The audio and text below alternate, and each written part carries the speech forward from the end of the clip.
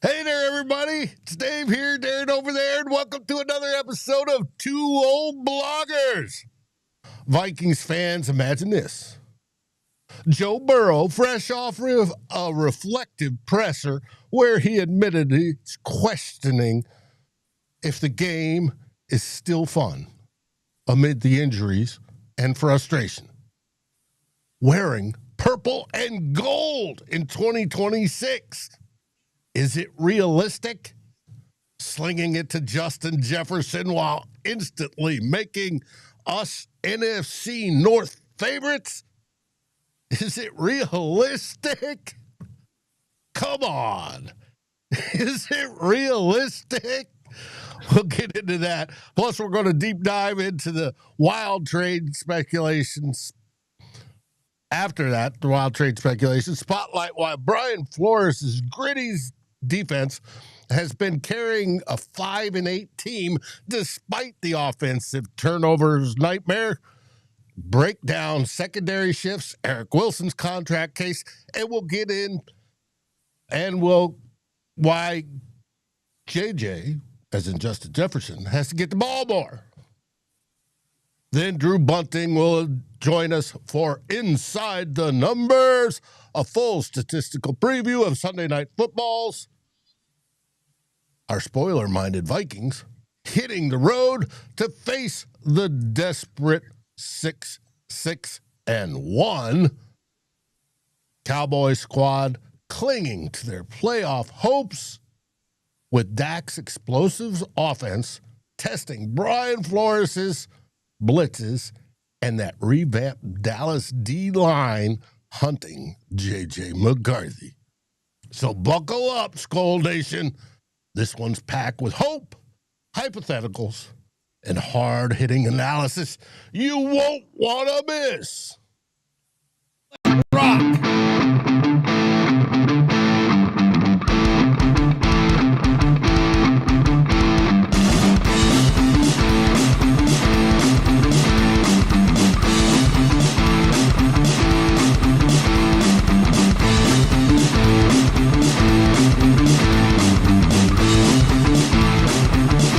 Vikings First and SKOL presents This Week in Vikings Land with Darren and Dave, your two old bloggers.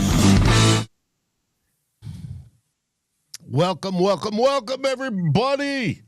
We are Darren and Dave. We are your two old bloggers. How you doing today, Darren? Oh, pretty good, Dave. Up early in the morning, into the darkness season up here in the north. So with the 15 minutes of daylight we get around this time of the year, is it that little? No, it's about, I don't know, four or 5 hours, something like that. Not very much. What is it, Barrow, Alaska? They were not going to see the sun for a couple more months or whatever. Yeah, there's some other places in my neck of the woods that farther north that also deal with that, but not in Yellowknife. Okay. But not a whole lot. Either will Sharon more. I'm muting myself. We got voices coming from the peanut gallery. All right. Yes, and Drewster's in the back. So yeah, in the green room, as we say. In the green room, yes. Yeah, that's the proper term for it in the business. All right. Now, we're going to start with the topic I tried to hype. Is it realistic?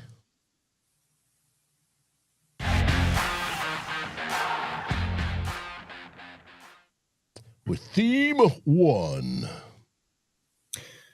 This week in Vikings land.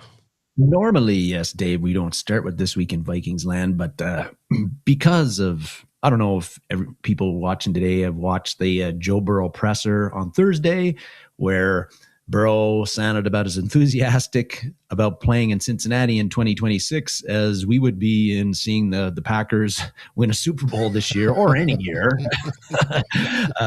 He was not a happy dude up there at the press conference. And so that, of course, and whether you've seen it or not, I would advise checking it out because it's got a lot of people talking, of course, and a lot of people talking about whether this is the beginning of the end of the Joe Burrow era in Cincinnati. And if that's the case, it also got a lot of people talking about what would be the potential landing spots for Joe Burrow if he were to demand that he make a demand or request that he wants out of Cincinnati. So as I was reading some of the articles on this and watching some of the videos on it from various platforms, Pro Football Talk, and et cetera, there were a lot of potential destinations thrown out there as fits for Joe Burrow. And the one I saw the most pointed out is, wait for it, the Minnesota Vikings, Dave, as a place, a logical landing spot for Joe Burrow. So of course you wonder, hey, Joe Burrow. Now, of course, we got a long way to go, Dave, before, and a lot of things have to happen before Cincinnati would trade Joe Burrow. They're certainly not going to do it willingly. You don't want to give up a franchise quarterback unless it's going to have to take Burrow saying, I want out of here. I'm not going to play for you if you don't trade me. That's what it's going to take. We're a long ways from there yet. We don't know if that's Burrow's thinking, but if it were to happen, then you start thinking about, well, what would it take to get Joe Burrow in a trade? So Will Ragatz, who covers the Vikings for Sports Illustrated, he took a stab out of this. He wrote an article on Thursday on it. And what he surmised that it would take to trade, get Joe Burrow in a trade is, well, a lot. And he said in his theoretical trade, the Vikings would give up a first and a third in the 2026 draft and a first and a second in the 2027 draft. And there's more. They would also throw in J.J. McCarthy and Dallas Turner, their 2 first-rounders from 2024, in that trade to get Joe Burrow. That is a lot. There are also, of course, injury and durability concerns with Burrow because he has only played 3 full seasons of the 6 seasons in the NFL right now and has missed a significant amount of time in 2 of those seasons. But, Dave, this is Joe Burrow. He just turned 29. Last year, he almost threw for 5,000 yards, and he threw 43 touchdown passes. If you get Joe Burrow on your team, if the Vikings did, they would turn a quarterback situation where right now, small sample size, but right now they have the worst quarterback in the NFC North, and by a lot of metrics, the worst starting quarterback in the NFL right now. And you turn that situation into, you've now got the best quarterback in the NFC North and one of the top 5 quarterbacks in the NFL. And Dave, you always throw out that stat about 80% of the games are won by the team that has the better quarterback. So you get Joe Burrow, the Vikings get Joe Burrow. That is a major, major upgrade. No matter, because I don't think J.J. McCarthy is going to develop into the Joe Burrow level type player, even if he improves a lot. But it's a massive. It would be a massive move by the Vikings to do that, and you got to think. Yes, they give up a lot. The Vikings drafts over the next couple of years would be kind of boring because you wouldn't have a first rounder. And we don't even know, this is spitballing, we don't even know if that type of deal would get it done because the Vikings were going to be competing against a lot of other teams if Joe Burrow were on the trading market. So you're going to have to you're going to have a better offer than a number of teams. Whether the Vikings could match that, I don't know. But having Joe Burrow thrown to Justin Jefferson and probably Jordan Addison and possibly TJ Hawkinson with that offensive line, man, the damage that crew could put on the NFL defenses. Tell me, Vikings fans, the folks that are listening out there, you are not intrigued by even the possibility that Joe Burrow could be available in a trade and playing for the Vikings in 2026. Dave, thoughts? Well, Joe Burrow does have a no-trade clause in his contract. Mm-hmm. So if he demands a trade, he can say, I only want to go to Minnesota. True. Now, I doubt that would be the case, but he could. Now, everybody worries about his injuries. Well, part of his injuries because he didn't have an O-line sufficient to keep him protected. Okay. We've theoretically improved our O-line, and we have across the board. So that would help. Now you get into the cost portion of it. Assuming his salary, and it would be less than what it is because there's a bunch of the bonuses have already been paid out. So it's going to be less. He's going to be top 10 QB salary-ish for the remainder of his salary. So it's not going to be debilitating like Kirk Cousins was, as I think in percentage of cap. But it will cost the ability to, keep up with the getting high price free agents that Kwesi is prone to do. Well, at the rate we've been getting in the past couple of off seasons, yes. Like the Chiefs are able to get free agents with Pat Mahomes' contract. Every NFL team does. It's just that your buying power is obviously going to be reduced in most cases by that. Instead of signing 4 or 5, you're going to be signing 2 maybe or something like that. Right. And I want to acknowledge whoever gives us the thumb down. Thank you for the interaction. We appreciate it. They get it usually once a show, and you rock. It happens. Not everybody agrees with us. Right. Well, that's true too. But it's an interesting hypothetical to think about because you're taking a top 5 quarterback, one that's driven his team to the Super Bowl, and it was all on him for the most part, and putting him in with Kevin O'Connell, who now seems to like veteran quarterbacks better than a rookie quarterback. If he could develop his rookie quarterback, we wouldn't have this discussion. But it is I would not object, depending on the cost. Now, we're talking 2 first-rounders plus 2 first-rounders, basically. That's 4 first-rounders. That's huge for a quarterback of this type, plus the extra round picks. Whether it could happen, I don't know. I think it's one of those fantasy deals like, what if you win the lottery type deal? Yes, Biggs, if Burrows to Jettas would restructure to stay competitive, yeah, I'm sure he might just do that. And there's money to be moved around. We know they could do that. I'm not worried about the financials as much as I am for the loss of the draft picks, the long-term building, the building the depth. But boy, as Raymond said, Joe would look good in purple. And I don't disagree with that. He'd look good in any uniform. Mm-hmm. He's in his prime. Now, he's taken more hits than Andrew Luck did at the same Neckbeard did at the same time, and Neckbeard retired. So maybe he's just tired of being hit and hurt and playing on a lousy squad that's cheap and playing outside and the whole works all the time, practicing under a bridge. I have no idea why he would want to go, but if he does and he wants to come to Minnesota, I'd welcome him.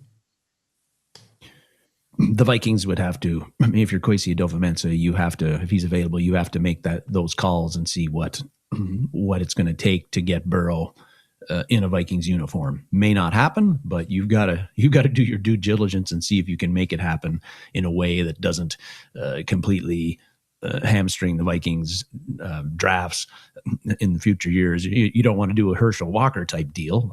Nobody's going to do that anymore, even for Joe Burrow. But you got to see what it takes to get Burrow on your team and take a shot at it. Without a doubt. And And with everybody saying that Kwesi can't draft anyway, who cares about those draft picks? Yeah. Well, the question is Kwesi going to be the one to do this? And does this save his job? Is what I asked you earlier in the week if he made this move. Do the Wilfs want it? There's your key players.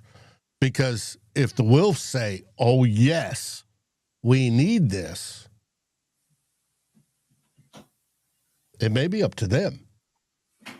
Not too many people think of them when it comes to player decisions, but they do have their input. And they would, of course, have to bless it. Yes. And if they're wanting to do it, it's possible.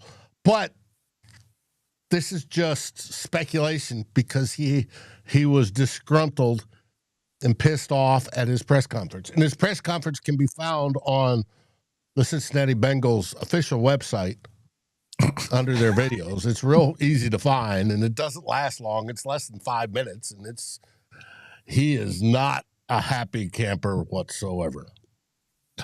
The Bengals PR guy off the side was kind of going, no. Cut, no more questions. No more questions. And they're going to get lousy grades too in the player survey, which they continue to do. But it's a nice thought that I'm sure is going to come up between now and the start of next season. Well, when Joe Burrow, I think maybe he was in a reflective move, Dave, but I don't think he just woke up that Thursday and said and didn't think about what he was going to say. There has to be a reason why he said what he said, and it could be the reason is I want to start putting pressure on the Bengals now and let it be known that I don't want to play here in 2026 and get the ball rolling on where he's going to be next year. But it's a fun topic to discuss. It may not happen, but because it happened and the Vikings are a logical landing point for him with the Justin Jefferson. Well, look at those 5 teams that BetGM has listed. Mm-hmm. If you're Joe Burrow, which team do you want to go to? A crappy Cardinals team, a crappy Falcons team, a crappy Jets team, a horrendous Raiders team, or the Minnesota Vikings, which has a proven record of winning tons of games and hopefully making it to the playoffs.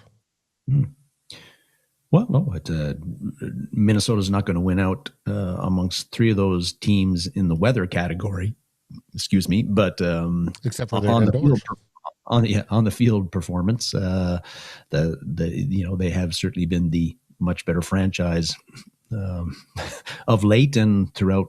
Almost except for the Raiders, throughout their entire franchise history too.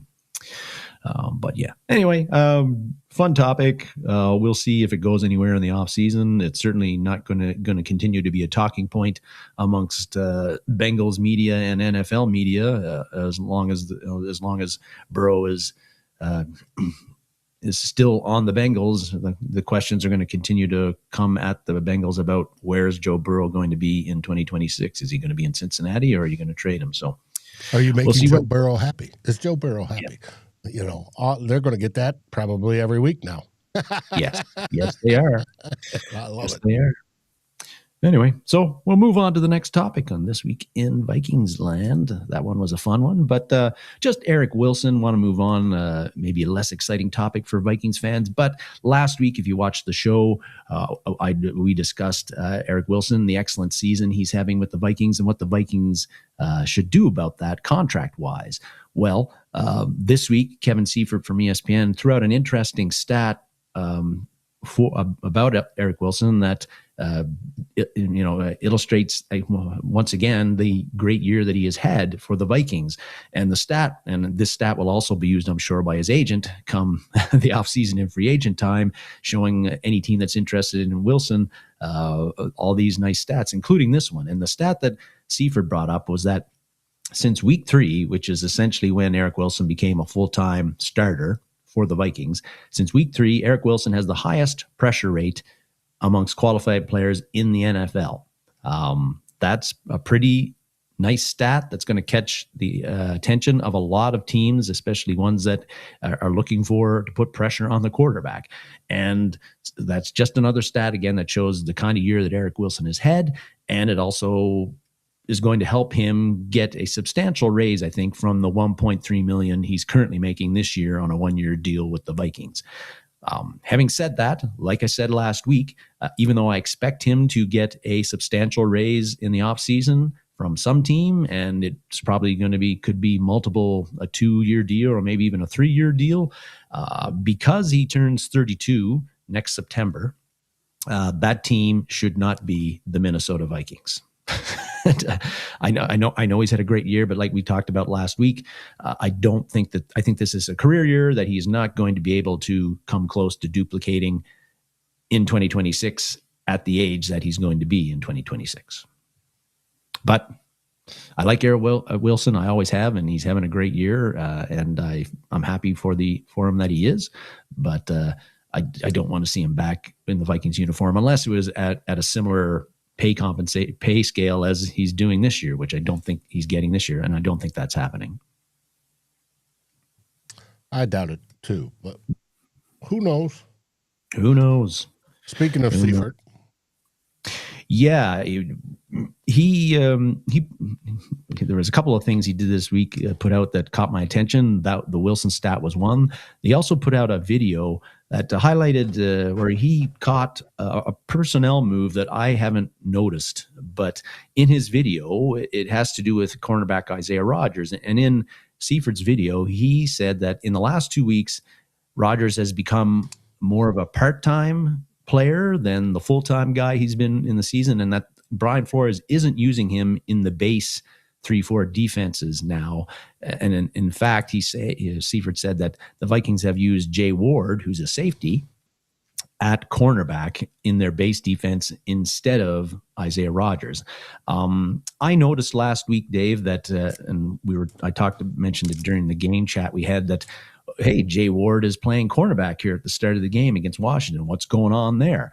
I did notice that Rodgers wasn't on the field at that time in the base defense, and I don't know. So I took but Rodgers did only play 75% of the defensive snaps last week. Normally, all season he's been at 90% or above, and Jay Ward played 19 defensive snaps last week, which was the most he's played since the season opener against Chicago. I thought that Ward was playing more because Theo Jackson was out, and Flores likes to run the 3 safeties a lot of times, but Ward was out on the boundary at times, covering wide receivers on the outside. So it's an interesting development if that's the case.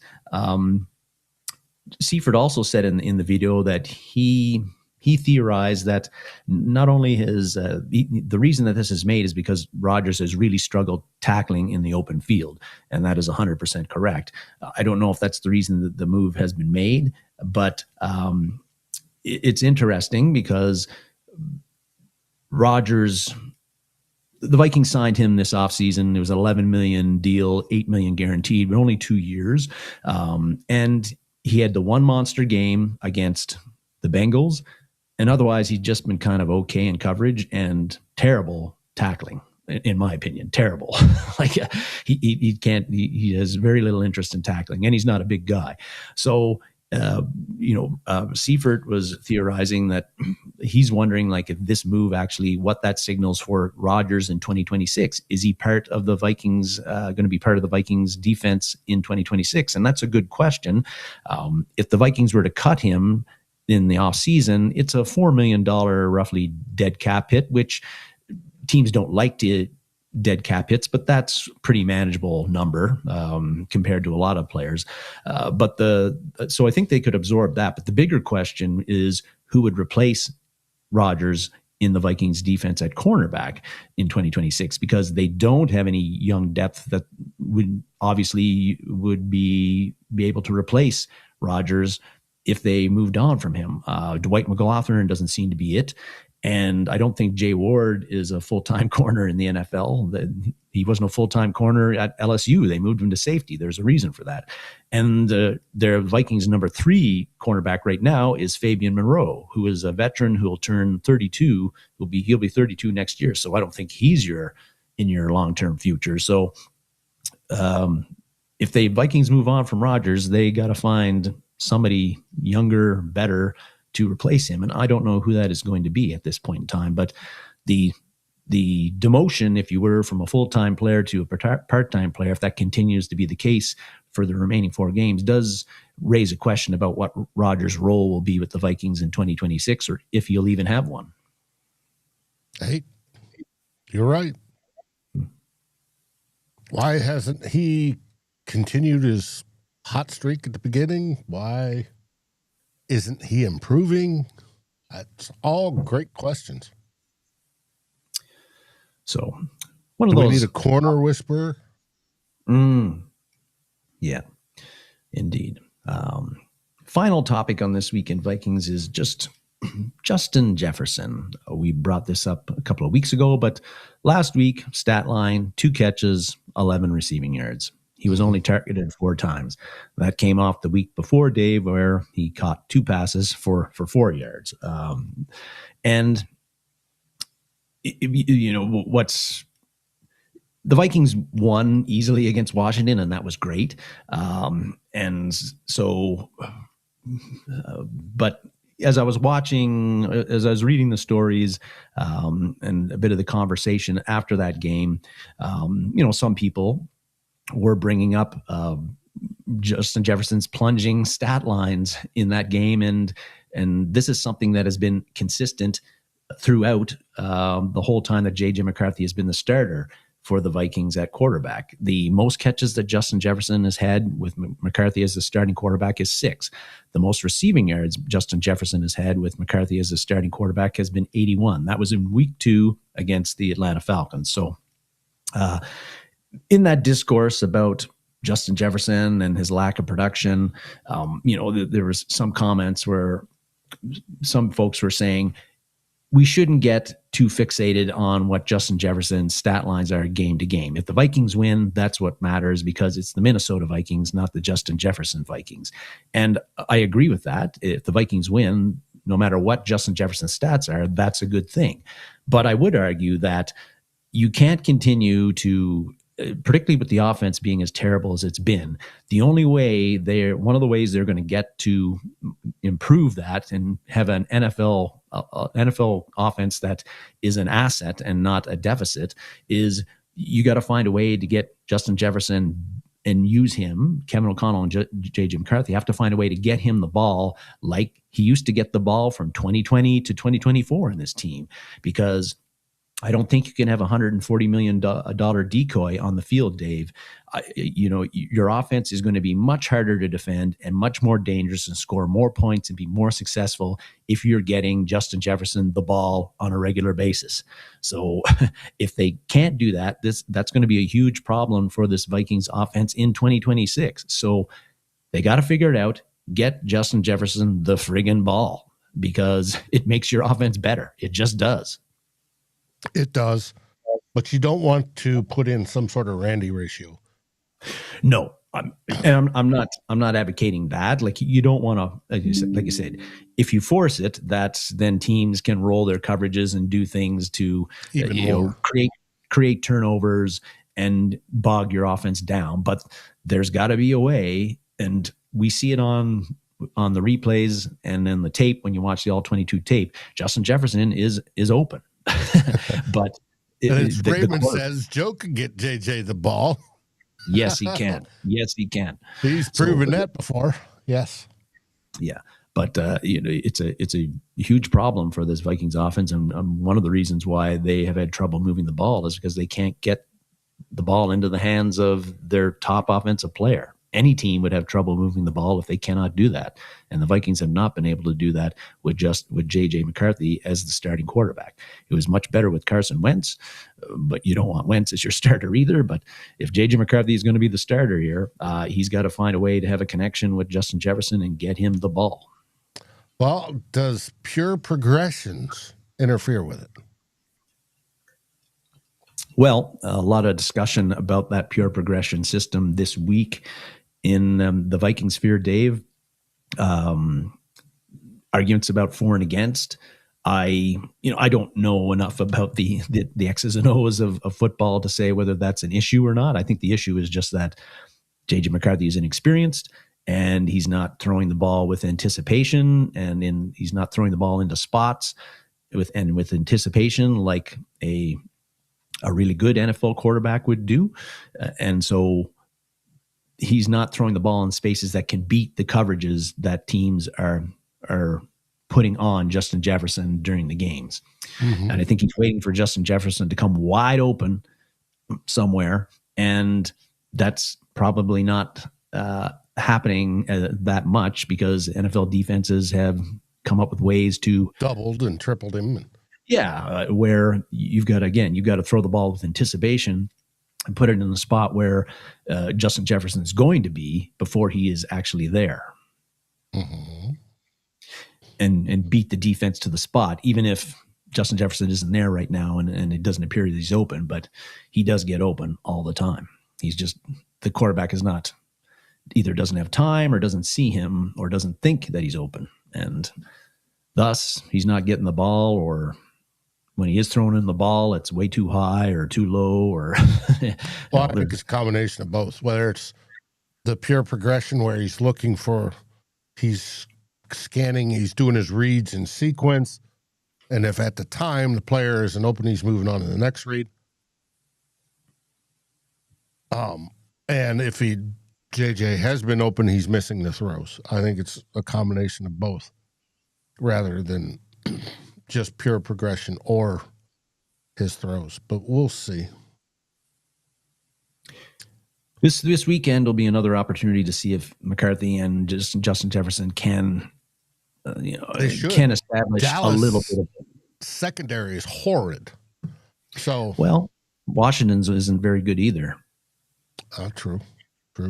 And that didn't help Justin Jefferson's stats, but it certainly helped the Vikings offense overall. That success rate, but something's got to be done here, and it may not get done this season. But you can't have Justin Jefferson putting up 2 catches for sub 20 yards 2-3 games in a row. That just shouldn't be happening.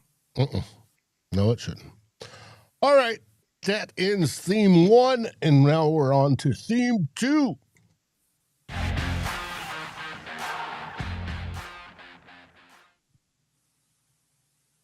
We're talking about the defense. We are, because we focus a lot, and we just did, Dave, on this season. We focus a lot on the Vikings quarterback play and the Vikings offensive play, mostly because it's been so poor this season and so disappointing, and been a big reason why the Vikings are having the season that they have. So because of that, we haven't talked about the defense. And week after week, the Vikings defense just keeps on putting in workmanlike, solid performances, giving the Vikings a chance to win games. Other than the Chargers game this year, the Vikings defense has given the Vikings, the team, a chance to win every week. Now, have they been Houston Texans dominant? No, they have not. But they are, I think, they've been certainly good enough in just about every game other than the Chargers game that if the Vikings offense had done anything, like, the Vikings are winning a lot more than they're losing this year. They're, like, right now, some of the counting stats, they're 12th Minnesota's 12th in points allowed this year. They are, if you look at the DVOA rankings, they're 11th there by DVOA right now. They are 8th in the league in total yards given up. They are 9th in third down defense. They are 3rd in red zone defense. So there's a lot of good stats there. Some of the other stats aren't as pretty. We know that they haven't been able to create turnovers this season other than in the 2 games, the one against Cincy and last week against Washington. It's gotten better. The run defense, I feel, has gotten better as the season went on, but they have been at times. They've been overpowered by teams that are willing to go with heavy personnel and are willing to like be patient and run the ball down our throat. We've been overpowered at times in games like that. So the run defense hasn't been as stout, particularly as it was last year. So those are problems. But again, overall, this defense, week in and week out, it gives the Vikings a chance to win. I think that the question is with this, and I think Brian Flores is I think the defense has really hit its stride the past 6 weeks too. In the last 3 weeks, they have given up under 300 total yards of offense, which it's tough to keep NFL offenses under 300 yards. They have done that, and in the last 6 games, which included playing Detroit, they haven't given up any more than 321 total yards in offense. So they're doing their job. Next, one of the big issues, Dave, I think, is that with this has been turnovers with the defense. It's been a problem. We know for the Vikings, they've given up 26 this year. That's how many times the Vikings have coughed up the ball. That's the most in the NFL. I think that's 9 more than anybody else in the NFL at this point in time. So turnovers have been a big issue. And we know turnovers are bad, Dave, because of course they take away offensive possessions from you and take away opportunities for your offense to score. And they also give the opposing team momentum and belief that they can win the game. Those are big momentum changing situations when you get a turnover. It's also bad of course, for the defense, because the turnovers mean they have to be on the field more than they would have been if the offense had just kept the ball. And it also, depending on what part of the field the turnover happened, it can make it very difficult to prevent the other team from scoring on you. And so I charted their turnovers, Dave, to look at like how many times have turnovers led to opponents scoring this year. I think the numbers were pretty revealing. Of the 26 turnovers this year, opponents have scored on 16 of those turnovers, either directly off the turnover or the drive immediately after they got the turnover. That is 61.5% of those turnovers have led to opponents' points, and it's led to 79 points in total.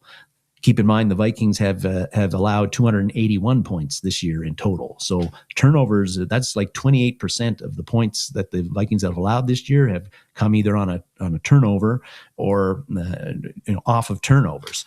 And I also looked at out of those. Hold your thought. I want to thank Too Evil for his super chat, where he says trade McCarthy or Fartcarthy, and also Christopher for his super chat, which he says he loves Jettas, but he's tripped up more routes and dropped more balls this year than ever, and the routes are on him. Maybe the defenders are trying to get under his legs and disrupt his routes more. Possibly. But thank you, gentlemen, for the super chats. Indeed. So getting back to the turnovers and the situation bad situations they're putting defense in, I tracked how many of those turnovers this season have been, has the team taken over at the position in the field where it would, if the offense doesn't gain another yard, you're in position to at least kick a field goal and score 3 points. And I considered that about the Vikings 40-yard line. Well, of the 26 turnovers, 11 of those have there's been 3 pick sixes, by the way. So I included those in the 11. That's automatically 7 points right there. 3 pick sixes this year the Vikings have allowed. And, but 11 of those turnovers have been at the 40-yard line or closer. Again, and that's led to 61 points in total that have been scored on the Vikings that they've given up. So on some of those turnovers, even if they've been like deeper in the opponent's territory, the Vikings defense probably would have given up some points on some of those drives, but I'm willing to bet $100 they wouldn't have given up 61. So the takeaway from all of this is that the Vikings offense has put the Brian Flores' defense in some really awful no-win situations almost every game all season. And it's made Brian Flores' defense has put a lot of stress and pressure on them and made them look a little bit worse than they really are. And And I feel like that's been lost by and not been noticed and lost by a lot of Vikings fans and national media when they look at the defensive performance. Again, I think that when you consider the bad situations they've been put in, they've done pretty well, all things considered. So I think this is a good thing, Dave, because this defense, it's a little old, but it's still got a lot of good players, and a lot of those good players probably will be back with the Vikings next year. So this defense, it's been good this year under some trying circumstances. I think it has a chance to be just as good or better next year. There's some things, though, I think that will help make that happen. I think one is that they got to find a cornerback, like a difference maker there. The Vikings cornerbacks this year have one interception amongst them all. One. They need somebody that teams avoid throwing at, and a guy who can intercept passes. They don't really have that guy right now, so they need that. I think they need an inside linebacker to play opposite of Blake Cashman. I don't think it should be Eric Wilson. I think they need somebody younger, faster, and somebody who could be a long-term piece for the defense. I think safety is probably something they got to look at, because last year, before the season ended, you had Cam Bynum, you had Harrison Smith, you had Josh Metellus, and then you had Jay Ward and Theo Jackson waiting in the wings. At the end of this season, if Hitman retires, you're going to have Ward, Jackson, and Metellus at safety. So I think you need to add a playmaker, somebody who's good there as well. And then along the defensive line, even keep on adding young with some upside. I think you got to do that. Now, can the Vikings do all of those things in the offseason? Probably, and address all of those? Probably not. But I think Kwesi Adofo-Mensah has got to look at addressing some of those, some of those positions in the offseason. And probably the biggest thing that needs to be done, though, Dave, about keeping this Vikings defense performing at the level that it has, is they got to find a way to get Brian Flores under contract. When this season, right now, once the season is over, he will no longer be under contract for the Vikings. I know he wants to be a head coach again, but will he get that opportunity? I don't know. He's got the lawsuit thing hanging over his head with the NFL. And I was reading some articles this week by Diana Rossini and then Jeremy Fowler and Dan Graziano from ESPN. And they were looking at hot assistants, coordinators who could be head coaches in 2026. And on the defensive side, they mentioned Robert Saleh. They mentioned Vance Joseph. They mentioned Anthony Weaver in Miami. They mentioned Anthony Campanile. I'm not pronouncing that right, with Jacksonville. Jeff Hafley at Green Bay. They did not mention Brian Flores. So will he get an opportunity? I think Flores, because the Vikings are 5-8 and it's been a disappointing season and hasn't been nearly as good as people were expecting, that he's getting overlooked. And that's a great thing for the Vikings, because if he's not going to get an opportunity to be head coach, Dave, the Vikings, as soon as the season is over and it doesn't look like he's going to be a head coach, they need to go to Flores and say, hey, we want to get your name on a contract right now. You'd have to make sure that Kevin O'Connell was good with this. But if I were the Wills, I'd say, Brian, we can't pay as much as Kevin O'Connell, but we'll make it really close. And we'll make you assistant head coach as well, or whatever. But I think you got to get Brian Flores signed, because I think he's shown in 3 seasons he can put a good defense on the field for the Vikings. And in 2026, he's the right guy to lead this defense and keep it playing at the standard that we have seen the past 3 seasons. So you don't let a good coach like that lead the organization. Mm-hmm. He may, and as Christopher said, he may take the Michigan job. And if he takes the Michigan job, he'll get paid more than Kevin O'Connell will. Mm-hmm. Yeah. If it's about the money. But, hey, we'll see. But he has given us a decent defense for the last 3 years. Made do with what he's had. Because this year, it's lack of quality corners. It's, there's all sorts of stuff. So last year is lack of interior pass rush. There's always been deficiencies. So, and there always will be. You can't have a perfect, 100% perfect team in the NFL. It doesn't exist. But he's done very, very well. but we'll see. Going to be interesting. I would agree with T-Bass that to a degree that I don't know if the college is the route that Brian Flores wants to go. Like you said, salary-wise, he could get paid more by going to a big Division I program, but I don't think that this is all about money for Brian Flores. I think he wants to be a head coach in the NFL, not in college. And so I think he'd stay in the NFL as a defensive coordinator as opposed to going to a college, big, say Michigan, for example, and being the head coach there. And there's a lot of issues with being head coach at the Division I level that are cause just as much headaches as being an NFL head coach. I don't know if Brian Flores wants to deal with the recruiting end of stuff and all the NIL money and the transfer portal and all of that crap that coaches have to deal with these days. Mm-hmm. And Big says, how about fire KOC and promote B-Flow? Well, then you get into the Childress and when they fired Childress and hired Leslie Frazier. Yeah, thank you. Well, I would like to keep both in the way that the things are currently structured with Brian Flores as the defensive coordinator. I know it's a talking point amongst Viking fans that they wish that Flores was the head coach and people would just turf Kevin O'Connell, but I don't see that happening at least in the next calendar year. But a lot can change, just like it's changing perhaps in Cincinnati with their quarterback. Yes, could be. Well, that ends theme 2. What comes after theme 2? Theme 3, baby.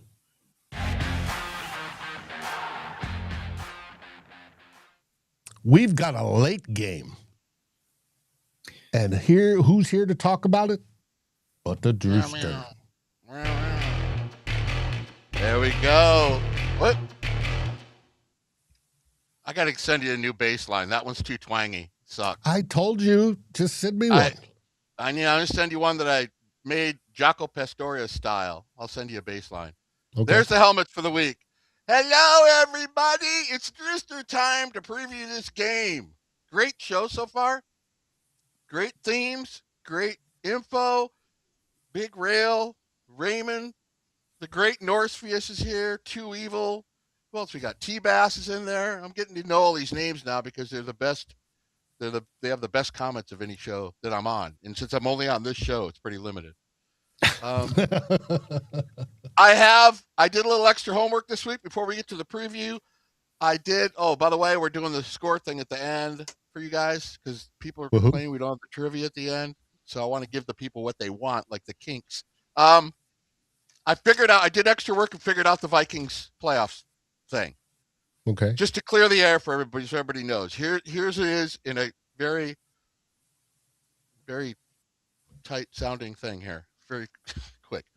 Vikings win out 4-0. That's first thing out of the way. This week, the Browns got to beat the Bears. The Rams got to beat the Lions. Week 16, team from Wisconsin beats the Bears. The Lions lose to the Steelers. Week 17, Seattle beats Carolina. 49ers beat the Bears.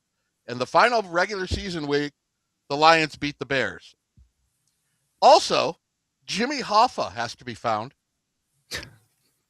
Located. David Stefano has to not drink for 24 hours, the host of Two Old Bloggers. I've done that before. D.B. Cooper's whereabouts have to be found, along with the money. The great D.B. Cooper. They got to find him. The Zodiac Killer identity must be revealed before the Vikings make the playoffs. And the last two things are the Ark of the Covenant has to be found, relocated. Ark of the Covenant should not be a problem. That's been an easy find. And lastly, Sharon Moore gets his job back with Michigan. If those things all happen, Vikings are in the playoffs. So I'm glad I could clear the air for everybody because everybody's kind of been wondering what are our chances. There's not a problem. All that stuff can easily happen. So we should get there again. Thank you, Christopher, for the $5 super chat. Thank you, Christopher. He sees Burrow to the Rams and Stafford to Minnesota. No. Let me. My favorite part was the Brian Flores stuff. If you sat me down and took me in the office, sat me down and said, Drew, I can only keep one of these guys for my head coach, I'd take Brian Flores. Oh, find Bigfoot. That's a good one. Yeah. Hello, Doc Proto. Doc Proto, the great Doc Proto. I would pick Flores. Listen, guys, the Vikings are 5-8. We all know that. Flores, 8th ranked defense. The Vikings have turned the ball over 26 times, more than any team in the NFL. Brian Flores, 8th ranked defense. Are you following a pattern here? The Vikings need a speedier inside linebacker. They need a corner. They're dying for a corner. And their safety, I love the guy, but he's old. They're going to need a safety to replace Hickman. There's 3 holes in the defense. Brian Flores got him ranked 8th in the NFL. Do I need to keep adding on? Brian Flores, even though this has been a treacherous season, he's the guy, man. He is the guy. And if he wants to go to Michigan, that's fine too. At least I wouldn't have to worry about him going in the wrong transfer portal. You know what I mean?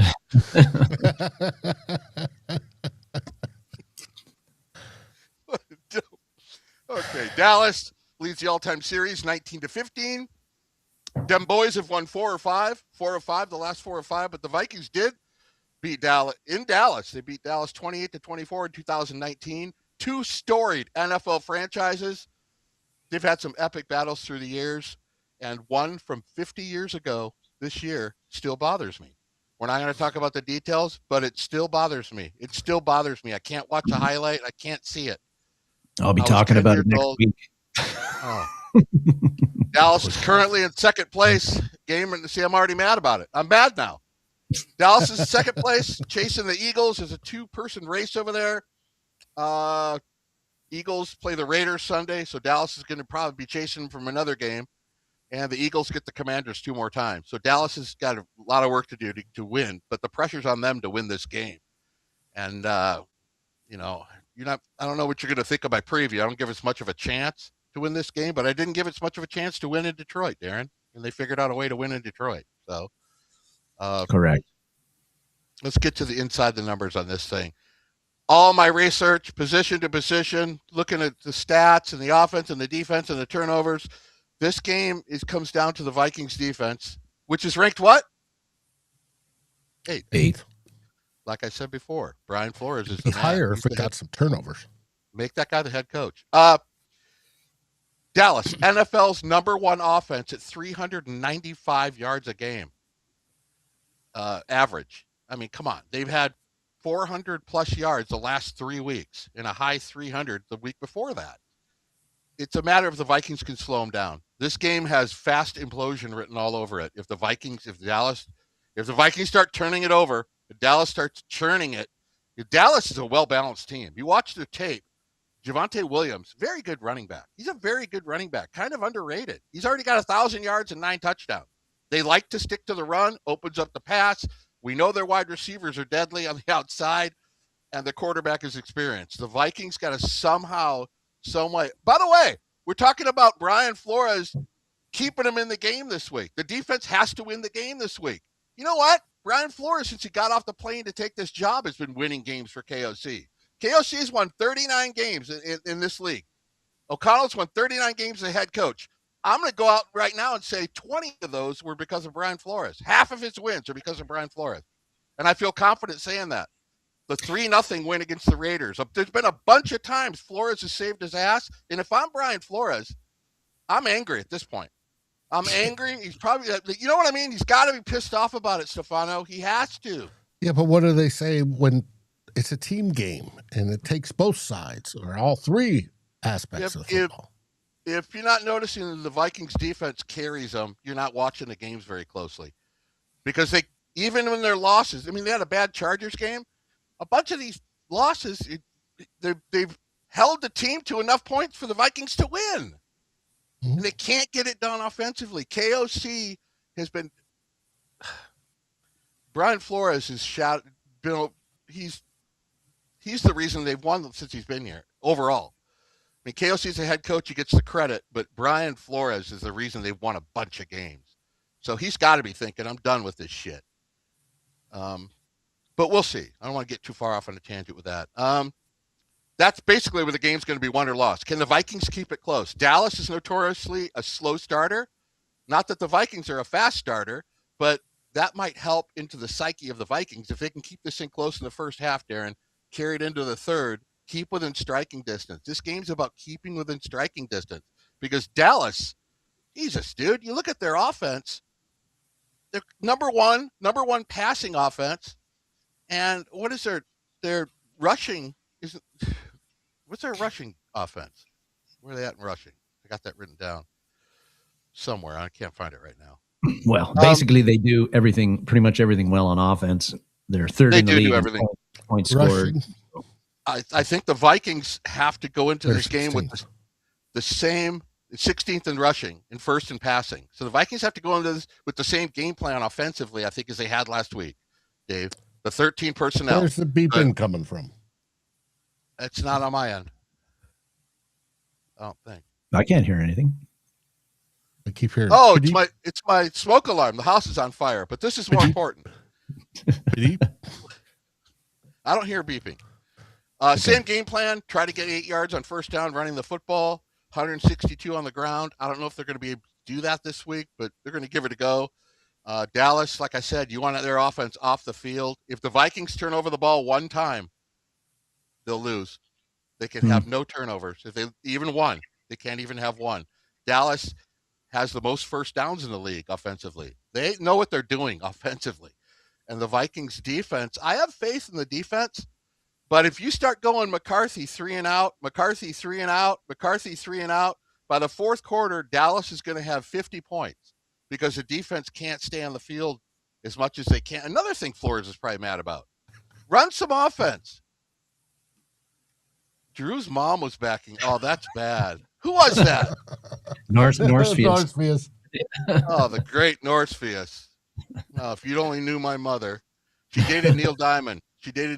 So she wasn't too much of a truckload. Rushing. Dallas is God, ripping on my mom. I love this crowd. Rushing. Dallas has only had 2 games, Darren, under 100 yards as a team. 2 out of all they've played. They had 31 against Carolina and 91 last week against Detroit. I think that was last week. Turnovers, Vikings are the worst in football, but Dallas isn't much better, David Stefano. Vikings are minus 12, 31st in the league. Dallas is minus 8, 29th in the league. They both give the ball away. Matter of fact, back in early October, late September, that sounds like a song.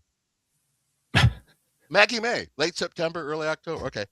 After 4 turnoverless games, the Cowboys have turned the ball over 12 times in their last 6 games. That's a lot. I don't know much about math, but that's right around 2 a game. They'll give you the ball if you pressure. I think that's why I like Flores' defense. He's good against the blitz. He's a really good quarterback against the blitz, but he is just as susceptible as doing the bonehead play and throwing a pass where you go, what the hell is that? Dak will give you the ball. But on the other hand, if he gets in a groove with Pickens and Lamb, I mean, where's Jay Ward? Who's he going to cover? It doesn't matter who he covers, does it? Well, I think, yeah, Lamb and Pickens are a handful for just about any cornerback in the league, let alone ours. When I was doing turnover research, I found something that was pretty cool. It doesn't have to do with the Vikings or Cowboys, but Kansas City has only lost 1 fumble all year.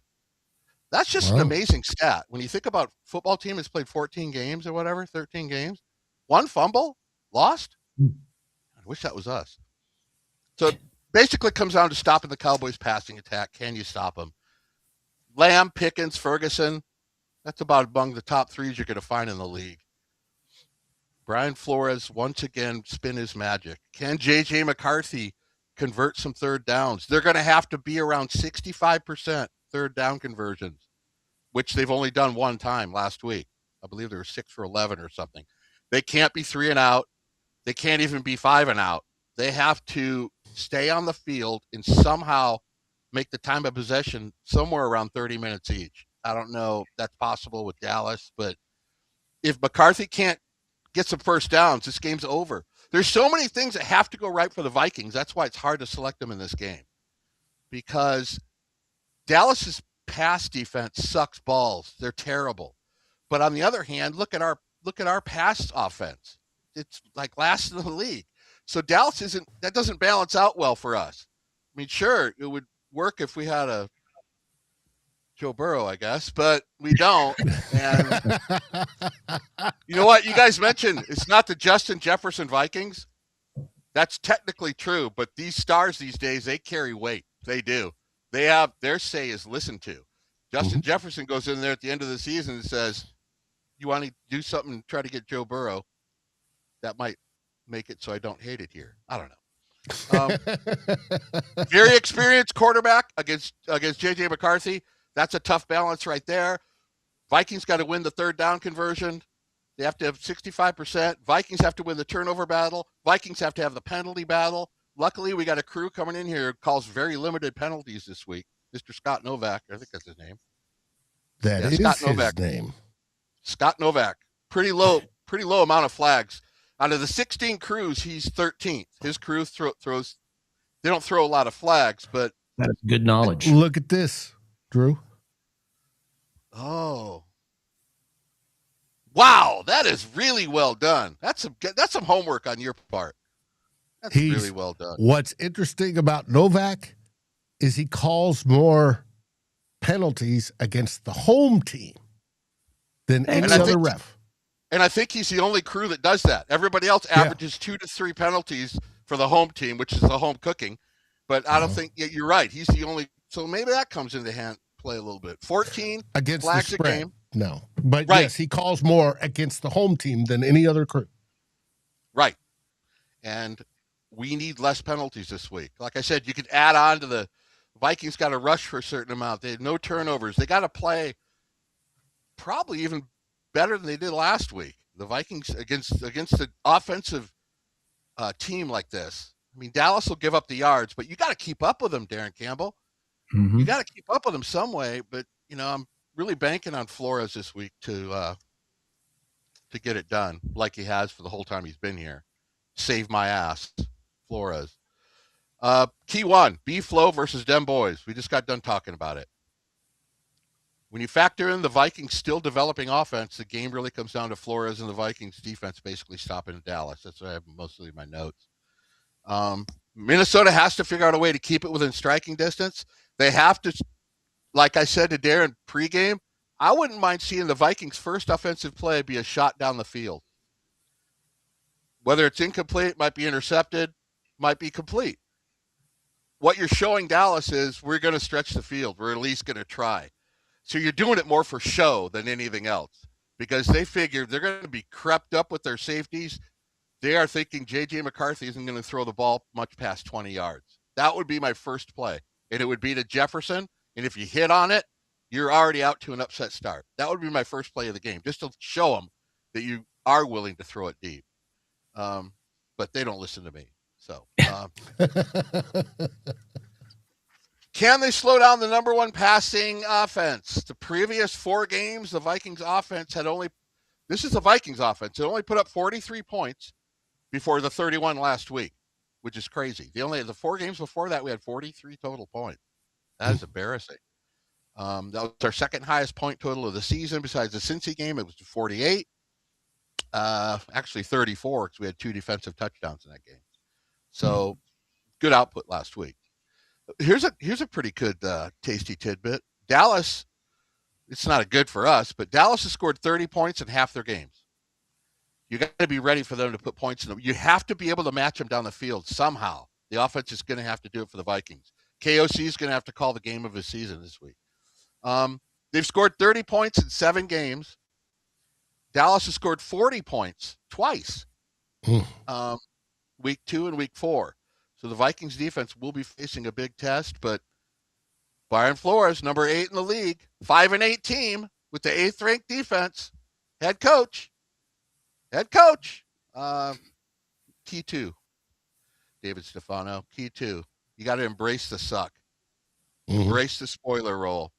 And when I say embrace the suck, I do not mean Sharon Moore. Just play loose. Play it loose out there, guys. There's no pressure. I'm expecting the Vikings maybe to stretch some passes down the field, maybe run some weird plays or, something. Maybe also I'm doing the Dan Campbell in this game. Every time they're in a 4th and 2 or less, go for it. Why not? Go for it. You got to play this thing to win. You got to give Dallas things they're not used to seeing. You got to shake them up a little. I think conservative approach has Charger game written all over it. You know how it's take to get in the playoffs. Let's ruin somebody else's playoff run. Yes. Embrace the suck. Embrace being the spoiler. Beat Dallas. Get out the whole city pissed off. And make their chances look horrible. Why not, David? I'm all for it. Mm-hmm. One part of my research I spent a lot of time on was looking at Dallas's defensive line. They are nasty. They are very, very good in the mid defense, which might give McCarthy some problems. They got Quinnen Williams in there. Who else they got in there? Kenny Clark. Kenny Clark. And get Quinnen Williams for the Jets. I mean, I thought the Micah Parsons thing was stupid to get rid of him. That was a good. Quinnen Williams is a damn good defensive lineman. I'd probably call him a top 5 interior defensive lineman in the league. Can JJ handle the mid pressure?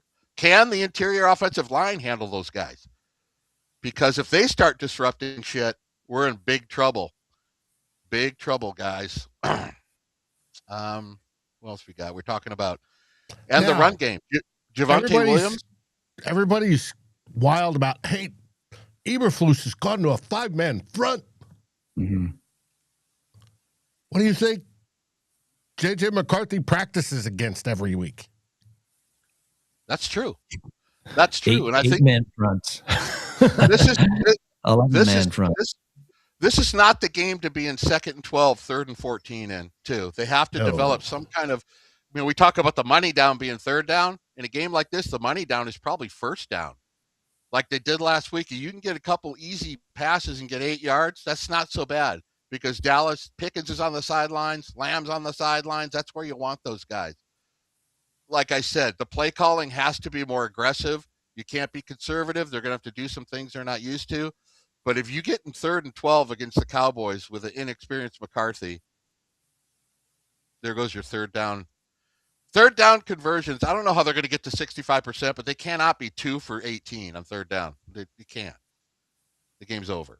Javonte Williams, like I said, Dallas likes to run the football. He's already got 1,000 yards and 9 touchdowns.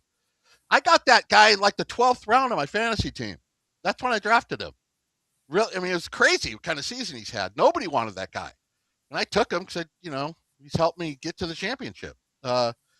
Best 2 kickers in football. If you haven't had a chance to watch Aubrey kick, he is effortless, man. He looks like he doesn't even try in the thing. Sales.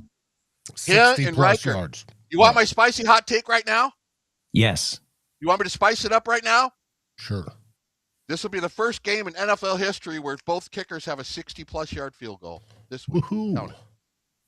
That will happen. Definitely in play with these 2 guys. When I previewed it this week, I said it's going to go down to whoever has the ball last and kicks the field goal. I would love that to happen because that means we're not getting the implosion that we had in the Chargers game and running up and down the field on us. Vikings need some turnover. Dallas has given the ball away on average twice in the last 6 games, which I already mentioned. The Vikings need some turnovers. Can they keep up on the scoreboard? I keep repeating that because it's got to be. You don't want to get in a shootout game the way the Vikings team identity is. They're not a shootout team. They're not. And if Dallas starts rolling up points, what do, Darren? You can't have McCarthy throwing it 50 times. They're not going to win like that. No, they aren't. I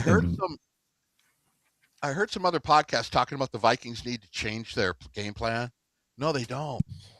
They don't need to change. They finally found an identity. They found an identity, Darren. Last week, they finally found some kind of identity. Stick to it. Try it again. See if it works. They don't need to change it up. We had talked about that in the post-game show, Dave, where that was the offensive game plan. That was supposed to be the blueprint at the start of the season for the Vikings, but it didn't happen for various reasons. Injuries, defense couldn't stop the run very well early on, and the quarterback just head up his ass. Yeah, and the quarterback play just wasn't up to snuff. Last week they finally got that, but I I feel that the offense is very limited that way. It's the identity. It was a good formula last week against the Commanders. I don't think all of those things that worked so well last week, can you get that a second week in a row? I have my doubts. Like the Vikings getting turnovers. You're not going to have an incompetent offense you're facing this time around. Can the Vikings run the ball effectively to get in good down and distance situations? Can McCarthy convert on on multiple third and long situations like he did last week? Can the Vikings offensive line give him enough time? Are those little short, quick decisions, can he make those? Will the guys be open? There's a whole bunch of stuff that has to go right for the Vikings offense, the way it's operating right now. And I think it's very tough to be perfect in the NFL. And that's kind of what the Vikings offense has to be right now to move the ball and score points. I'm not saying it'll work, Darren Campbell. Yeah. I'm saying you got to go into it with the same outlook as they got to try to control that game. I'm not saying any of it'll work. Yeah. But you got to run the ball. You got to run the ball on first down to help out McCarthy, make it manageable. You need first downs in this game. They had 25 first downs last week. They can't finish this game with 12 or 13. They have to figure out on first down. They have to get the running game going. And I don't necessarily mean running up the middle against Quinnen Williams. Not very good idea. I would try something to get to the outside. The Vikings don't have really speedy running backs, but Aaron Jones is a passionate player. Get him going. These couple of those runs last week, he was kicking the Commanders right in the balls. He was running with authority last week. The Vikings need to run the ball. 6-yard average against Cowboys. They got to run the ball. They got to move the ball on Dallas with the run. The more they can run the ball, the more the upset's going to be there, and the less time you'll be third and long, hopefully without any holding penalties. Now I found something in my research that's going to help Viking fans and make you feel pretty good about this game. The Cowboys will give up points at home. Darren and Dave, let me read these numbers to you. This is Dallas's home games, what the points they've allowed to each team. 37 to the Giants. Do I need to repeat that? 37 to the Giants. Not the Phil Simms Giants. Okay, 40 to the team from Wisconsin they gave up. 22 to the Commanders. 27 to the Cardinals they gave up. 21 to the Eagles, which the Eagles went in the trash the second half. They totally blew that game, but Dallas ended up winning. And 28 to the Chiefs. Those are all high numbers. If the Giants can roll up 37, the Vikings should be able to somehow get to 25 or 30, which is where they're going to have a chance to win this game. But the Cowboys, that's not anything. Those numbers don't jump off the page as being good numbers for Dallas. I mean, it's a lot of points. It's a lot of points allowed at home. I have the Vikings at 18% when I put all the numbers into my brain, into my head, and into my mind. That's what I got. And that's, 18 doesn't seem like a lot, but that's about 8 more than I had going into the Lions game. They're going to have to figure it out. I got some tasty tidbits to end the show, my segment here. The Cowboys, this isn't tasty. The first one's not tasty, but the next ones are. The Cowboys have won each of their last 9 December games as home favorites. Not a good number. The Vikings have won each of their last 6 games in December, Darren Campbell. 6-game win streak in December. Mau. That is good when you're 5-8. You need stuff like that to hang your head on. That's a great tidbit. The Cowboys have lost the first half in 4 of their last 5 games at AT&T Stadium. They have not won the first half. Like I said, they start slow. The Vikings have the opportunity to jump on them early. And those are teams with a losing record. They've lost the first half against. Teams with a losing record, they've lost 4 of the last 5 games in AT&T Stadium. So they'll give it the opportunity at the beginning of the game. The Vikings got to just find a way to keep it close, put some points up, TDs, not field goals. As Darren mentioned, I think in theme 2, were they 3rd in the red zone defense? Maybe that'll come into play this week. The Vikings have won the first quarter in each of their last 6 games in December. They've had more points than the other team in December. You got to try to find a tasty tidbit when you can. And this is the tastiest of them all as I drive it back to you. Vikings, 5 different players have recorded 2 sacks or more in a game this season, most in the NFL.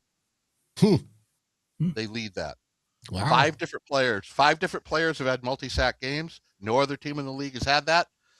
You guys are tied 9-9. Can I do these real fast? Sure. Yeah. I won't use up a lot of time. Plus, the people at home can play along too. Okay. These ones aren't over-unders or numbers, so you won't tie. J.J. McCarthy. We always start out with J.J. Broccoli Head McCarthy. Passing yards. Give me a number. Whoever closest gets the point. 250. I'll go 250? What is he going to be on cocaine? Yes. It's going to be his best game of the season. I'm giving him 195. If he gets 250 and we run for at least 120 yards, we're beating the Cowboys. I'm going to say that on air right now, baby. Sharon Moore. What? Yeah. I think all those pure progressions are going to be open, and he's going to hit them. Okay, well, here this leads into good segue into my next one. You got five questions today. Justin Jefferson receiving yards. This will be interesting to look at next week. I'm giving him 75. I was going to go 85. 75 for Soup. I'll go 87. Just to make. Well, no, that's still odd and odd. I wish you'd get 100. What are you picking, Dave? 100. Oh, you are not 87. No, 100. Let's go 100. I have this down for 110. So I agree with you. Breakout game. And hopefully about 60 on the first play of the game. That'd be a hell of a way to start this game. Yeah, but we want long drives like last week. Keep the defense fresh. Yeah, we want a combo of both. If we can strike, if we could strike quickly, let's try to do it. If we can strike on 9 drives, I'm cool with it. It's all about giving them things they haven't seen. And if you start the game with that, I remember a game when I was a kid. The Vikings on a Monday night went into Dallas to play with Bud Grant. They were underdogs. Bud Grant took Sammy White and put him in the backfield with Chuck Foreman. He didn't catch a pass. He didn't run the ball. Landry was so confused, he shit the bed. The Vikings won the game because of that move. They were so worried about Sammy White. The Vikings had to line Sammy White in the backfield the whole season. Bud Grant was a genius. I'm going to put him back there as a decoy. But Dallas doesn't know that. They didn't know what to do. Vikings won the game. Don't mean to get talking about my past too much, but I remember that when I thought of they got to give him some looks they haven't seen. The Sammy White thing in Dallas. It was tremendous, man. It was really, really cool. But Tom Landry was the first coach to start and implement using tendencies, computer track tendencies. He called it biometrics. And he was also one that started the flex defense with the defensive line. When Bud Grant threw Sammy White in the background, it threw off. It's like this does not compute. Right. It was really a genius thing to do. It was really cool. I mean, one of the reasons I hated Tom Landry. One of the reasons we loved Bud Grant. He would do stuff like that. KOC's got to channel a little bit of Bud Grant. Next, question number 3. Rushing yards. Vikings, as a team, rushing yards. Last week, they had 162. What are they going to get this week? I'm giving them 121. Soup with 121. Got it. I said 150. Oh, damn, that would be sweet. 250 from McCarthy and 150 from the run game. Dave has us at 400 yards. I like the way he picks these numbers when the whiskey's flowing. I love it. All I had was that little half dram. Give me time of possession for the Vikings. This is going to be a big stat come Sunday night. For the whole game, time of possession. There's 60 minutes in a game. How many minutes will the Vikings possess the football? 34 and a half. Wow. 34 and a half minutes. That I can't even tell you how big that would be. They need to have the ball a while to score that, get those many yards and score those points. They had 34 minutes last week, 34 minutes and 25 first downs. So it can be done. And keeping the first down train rolling is what? Darren's going to say 14 minutes total. Just totally shoot the whole thing in the gap. I'm going 28 and a half. I was muting myself because the dog's barking. 28.5. All right, I'll finish up with this. That's probably because the polar bear's out in the front garbage. All Viking tight ends receiving yards combined. Last week, they had 3 tight ends get 45 yards. What will all the tight ends get this week?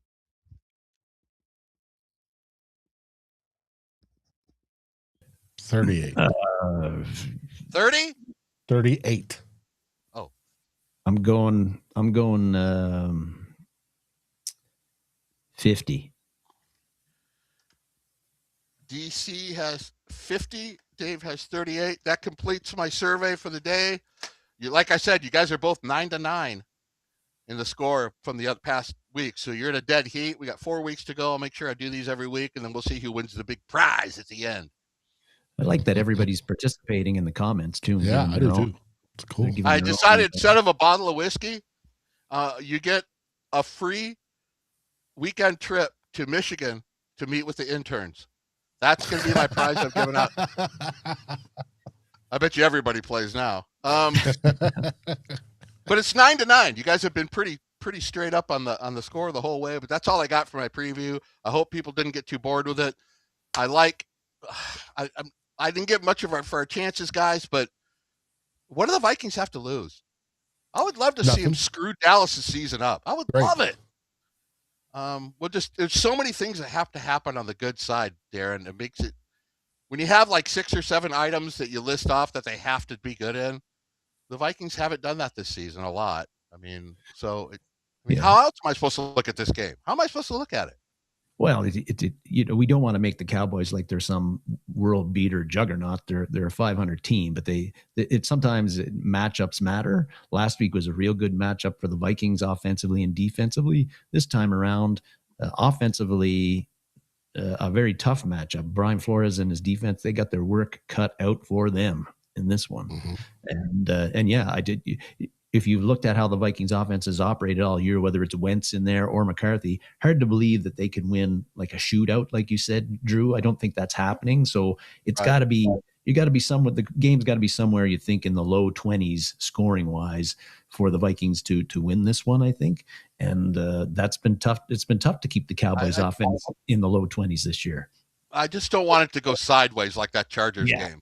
I don't want to see that, man. I really don't. There was a comment quite a bit earlier about how somebody said they don't care if the Vikings win, but if McCarthy, like you said, McCarthy plays so well that it's a 1-score game and we lose 31-30, that's probably a great outcome. The Vikings lose, so that their draft position is improved, and McCarthy shows that he can actually win, keep in a game with his arms, with his arm, I should say, throwing the ball. That would be a nice development.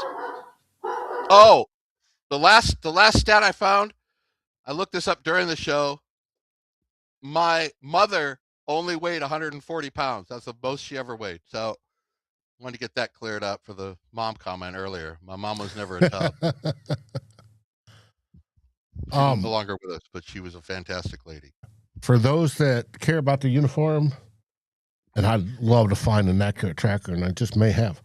The Dallas Cowboys are wearing their traditional white with the silver, light blue pants, whatever, silver helmet, blue star. Vikings are wearing all purple. Really? Mm-hmm. That's pretty cool. That'll be good for the highlights when we pull the upset. Mm-hmm. No turnovers. Why does Michigan use artificial turf? When I play, people ask me, did you like grass or artificial turf? And I said, I don't know. I've never smoked artificial turf. Somebody wrote in the comments earlier, you said Drew's in the green room, and somebody wrote in the comments, that's the green room. Drew's in there. I tell you, best chat people on any show, man. These people I like doing this segment. Thanks again for having me on. Always. Any last words? SKOL! SKOL, baby. Yeah. Beat the Cowboys. Come on, damn it. Well, I got 2 for you. What? Go Army, beat Navy, and SKOL Vikings. Is Army Navy happening right now?